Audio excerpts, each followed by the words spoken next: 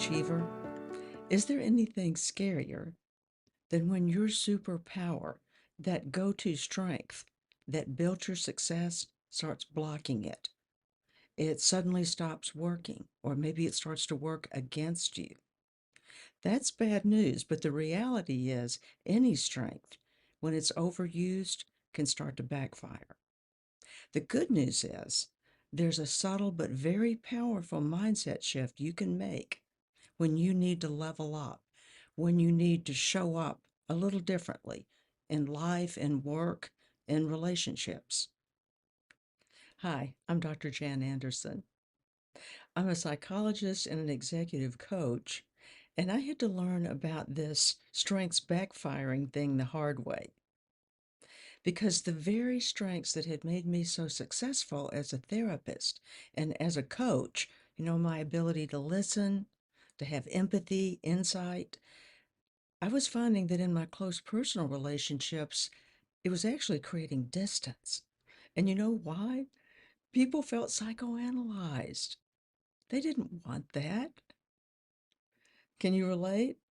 So in your life, can you think of strengths that are their strengths, but maybe you're overusing them in some way, and they're starting to actually block your success instead of build it? Here's what I hear from some of my high performing clients. A person that has good decision making skills, strong leadership, starts to be perceived not as a strong leader, but as steamrolling. Or let's say your passion starts to feel like pressure to people around you. Your ability to be calm is starting to come off as cold in certain situations or with certain people. Do you see what I mean?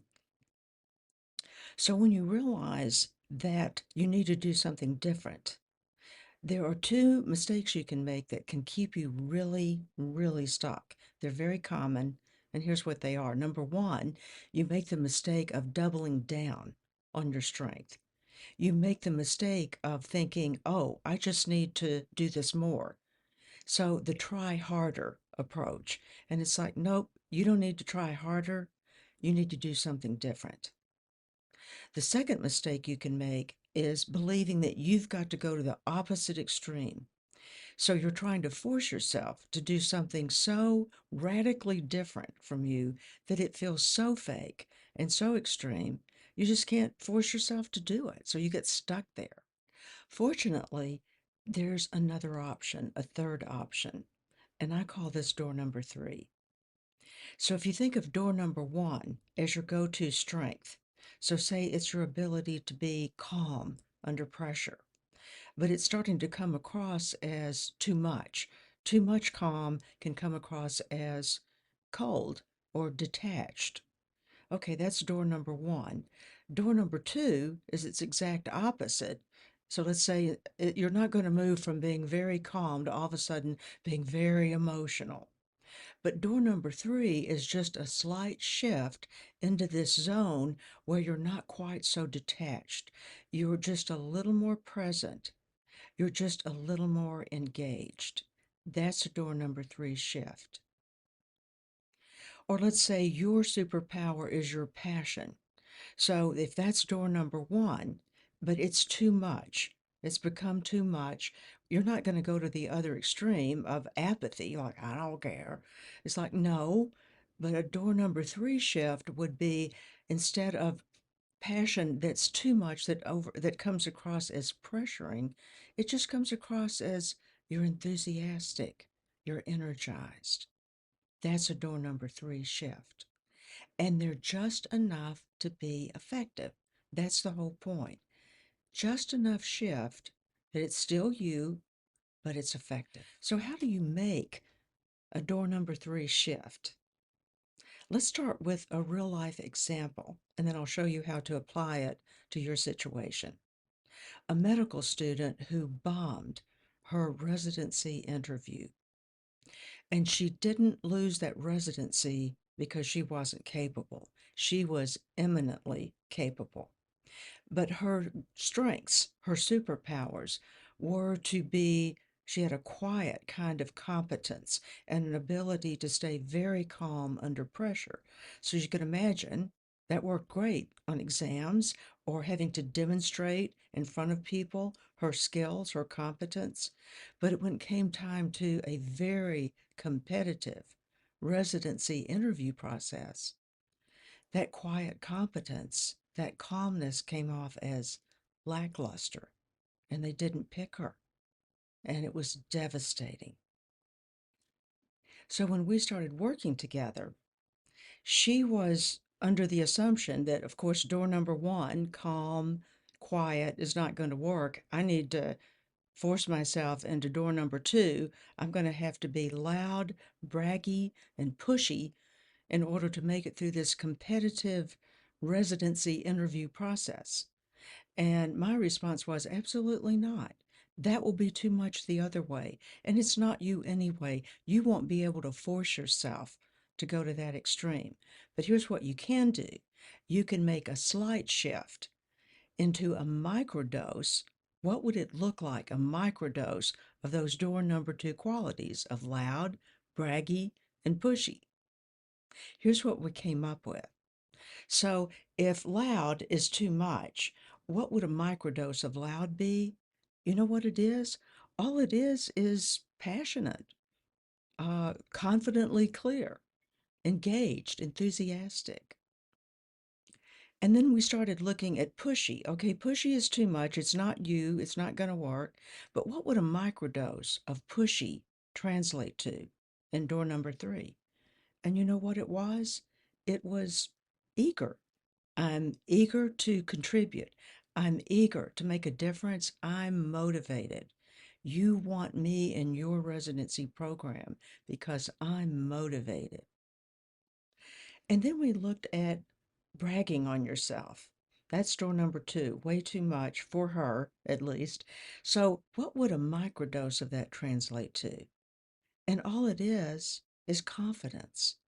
It's believing in yourself, showing up in that interview in a way that I believe that I can do this. Let me show you. And what was great about it is, in working with her in our sessions, I had seen her do all those door number three things. It wasn't like, hey, you're not capable, you're missing the microchip for this. Like, no, I have evidence. We could cite examples of where I've seen you being passionate. I've seen you be confident. I've seen you be enthusiastic and engaged, passionate. So, how do we translate those things that you can do? You're already doing them. How do we make it more comfortable and possible for you to bring that into an interview situation, to give yourself permission to let that show up in an interview? So, we began to spend our session time practicing on what would it be like to be in this door number three space in an interview, and just letting her natural energy and passion and confidence come through. And guess what? She re interviewed and she got the residency she wanted. So, this door number three model is pretty simple, but that doesn't mean it's easy. And here's why. Here's the tricky part. If you think back to door number one, your strengths, when we start coming up with your door number two opposites, those are usually things that you avoid like the plague. They are things that, in your opinion, it's the worst possible thing that someone would say about you. So even getting into a microdose of it, door number three, can be very tricky. That may take some psychological work. That's where you may need my help a little bit. And if you're finding yourself not able to do it immediately or do it perfectly, please don't judge yourself, because it is tricky. It's psychological work to even do a microdose of those qualities that you've really pushed off hard from. But it can be done. And it's basically a process of feeling safe about it and giving yourself permission to do it. Because those qualities that are so opposite to what we value, we're so afraid that if we even go into slightly toward that direction. A door number three, usually we're afraid that we're going to go too far, we won't be able to control it, and we're going to become a really bad person, the person that we never want to be. That's the psychological part, the tricky part. You may need a little help with that. Here's the thing to remember: when your strengths stop working, you don't need a reset. You just need a smarter way to shift. And the great thing about door number three, it's not flipping, it's flexing. Door number two, you might say, is flipping, but door number three is flexing. It's making that slight, subtle adjustment that's just enough to be effective. It increases your chances of getting what you want. And to me, the best part of all is you're just becoming more of who you already are. If there's anything I've said here that resonates with you, I'd love to hear about it. And if you're interested in learning more about how to find your door number three, I'd love to talk with you. Here's how to book a free 15-minute consultation with me.